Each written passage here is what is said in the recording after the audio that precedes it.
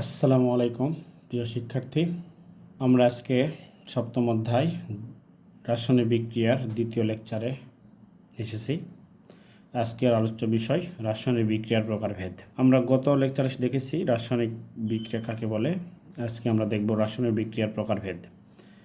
রাসায়নিক বিক্রিয়াকে প্রধানত তিনটি বিষয়ের উপর ভিত্তি করে ভাগ করা হয়। একটা দিকের উপর, একটা তাপের পরিবর্তনের উপর, আর একটা হচ্ছে ইলেকট্রনের স্থানান্তরের উপর।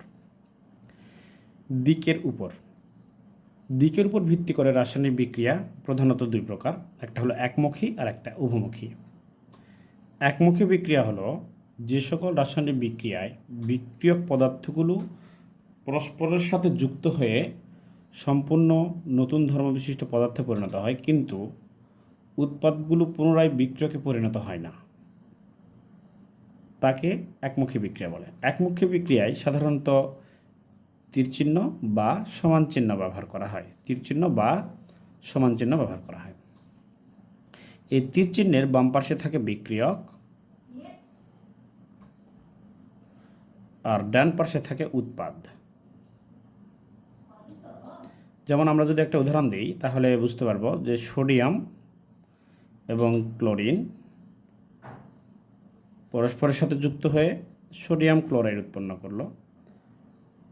এটা একটি একমুখী বিক্রিয়া। আবার যদি আমরা উদাহরণ দিই, ফেরাস ক্লোরাইড ক্লোরিনের সঙ্গে যুক্ত হয়ে ফেরিক ক্লোরাইড উৎপন্ন করলো,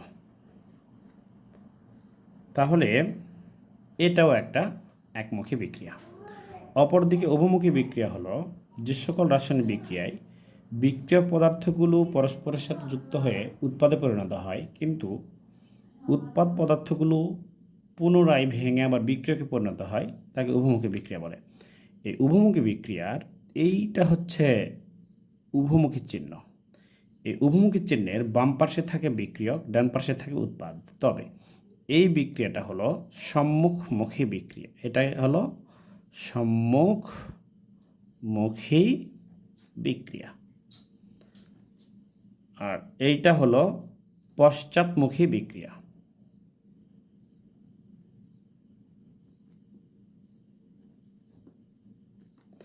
এখন এই বিক্রিয়কে এবার এ থাকতে পারে, বি থাকতে পারে। উৎপাদে ধরো এ বি হলো। এখন উৎপাদ থেকে বিক্রিয়ক থেকে এ ও বি যুক্ত হয়ে এ বি উৎপন্ন করার বিক্রিয়াটি হচ্ছে সম্মুখমুখী বিক্রিয়া, আর এ বি ভেঙে এ ও বি উৎপন্ন করার বিক্রিয়াটি হলো পশ্চাৎমুখী বিক্রিয়া। এখন এই বিক্রিয়ায় যদি বিক্রিয়াটি তাপ উৎপাদী হয়, অর্থাৎ ডেল্টা এইচ যদি আমরা নেগেটিভ লিখি, তাহলে বিক্রিয়াটি তাপ উৎপাদী। এই বিক্রিয়ায় এটা বলা হচ্ছে, এটা হলো বিক্রিয়ক, এটা হলো বিক্রিয়ক।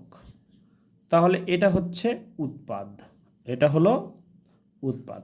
আমরা বলতেছি এখানে এটা সম্মুখমুখী বিক্রিয়া, এটা পশ্চাৎমুখী বিক্রিয়া, এটা উৎপাদ, আর হচ্ছে আমরা বলছি এটা উৎপাদ, আর এইটা হলো বিক্রিয়ক। কিন্তু ঘটনা হচ্ছে এখানে এই যেটাকে বিক্রিয়ক ধরা হলো, কারণ সম্মুখমুখী বিক্রিয়ার জন্য এটা বিক্রিয়ক, এটা উৎপাদ। বাট পশ্চাৎমুখী বিক্রিয়ার জন্য এ বি বিক্রিয়ক, এ আর বি হচ্ছে উৎপাদ। কিন্তু উভমুখী বিক্রিয়ায় সম্মুখমুখী বিক্রিয়া প্রাধান্য পায়, অর্থাৎ একটা উভমুখী বিক্রিয়াকে আমরা যেভাবে প্রকাশ করি না কেন, বিক্রিয়াটি তাপ উৎপাদী হোক অথবা তাপহারী হোক, সেটা সর্বসময় সম্মুখমুখী বিক্রিয়ার বৈশিষ্ট্য। অর্থাৎ এই বিক্রিয়াটাই আমরা যদি বিক্রিয়াটিকে তাপ উৎপাদী ধরি, তাহলে সম্মুখমুখী বিক্রিয়াটা তাপ উৎপাদী হবে, কিন্তু পশ্চাৎমুখী বিক্রিয়াটা হবে তাপহারী। আশা করি বুঝছো। আমরা পরের বিক্রিয়াটা আলোচনা করব তাপের পরিবর্তনের উপর রাসায়নিক বিক্রিয়ার প্রকারভেদ। তাপের পরিবর্তনের উপর রাসায়নিক বিক্রিয়া প্রধানত দুই ধরনের, একটা হলো তাপ উৎপাদী, একটা হলো তাপহারী। তাপ উৎপাদী বিক্রিয়ায় ডেল্টা এইচ এর মান নেগেটিভ হয়, এটা হলো তাপ উৎপাদী। আর তাপহারী বিক্রিয়ায় ডেল্টা এইচ এর মান হয় পজিটিভ। অর্থাৎ যে বিক্রিয়ায় তাপের উৎপন্ন হয়, অর্থাৎ তাপের নির্গমন হয়, সেই বিক্রিয়াটাকে তাপ উৎপাদী বিক্রিয়া বলা হয়। তোমরা সকলেই জানো ক্যালসিয়াম কার্বনেটকে আমরা যখন পানিতে দেই তখন এটা বিক্রিয়া করে ক্যালসিয়াম হাইড্রোক্সাইড হয় এবং কার্বন ডাইঅক্সাইড হয়। এই যে ক্যালসিয়াম অক্সাইড পানিতে দিলে ক্যালসিয়াম হাইড্রোক্সাইড এবং ক্যালসিয়াম অক্সাইড হয়। এখানে এই যে ক্যালসিয়াম হাইড্রোক্সাইড হলো এবং কার্বন ডাইঅক্সাইড, সেই সাথে উৎপন্ন হয় তাপ। ক্যালসিয়াম কার্বনেট প্রথমে তাপে ভেঙে ক্যালসিয়াম অক্সাইড হয় এবং ক্যালসিয়াম অক্সাইড পুনরায় পানির সঙ্গে যুক্ত হয় ক্যালসিয়াম হাইড্রোক্সাইড হয়। অর্থাৎ বিক্রিয়াটা 2 ধাপে। আচ্ছা, এখানে তাপ হারি বিক্রিয়া।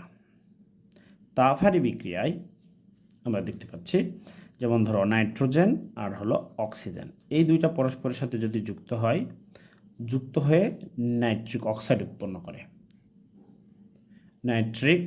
উৎপন্ন করে, এইটা হলো তাপহারী বিক্রিয়া। এখানে ডেল্টা এইচ এর মান হচ্ছে +180 কিলোজুল, অর্থাৎ তাপহারী বিক্রিয়ায় ডেল্টা এইচ এর মান পজিটিভ। তাপ উৎপাদন বিক্রিয়ার ক্ষেত্রে আমরা আরেকটা উদাহরণ দিতে পারি, সেটা হলো নাইট্রোজেন প্লাস হাইড্রোজেন যুক্ত হয়ে উৎপন্ন হয় অ্যামোনিয়া 2NH3। এখানে ডেল্টা এইচ এর মান হলো নেগেটিভ, অর্থাৎ -92 কিলোজুল। 92 কিলোজুল, এই হলো বিষয়, 92 কিলোজুল। আশা করি বুঝে গেছো। আমরা নেক্সট আলোচনা পরের ক্লাসে করব। আল্লাহ হাফেজ।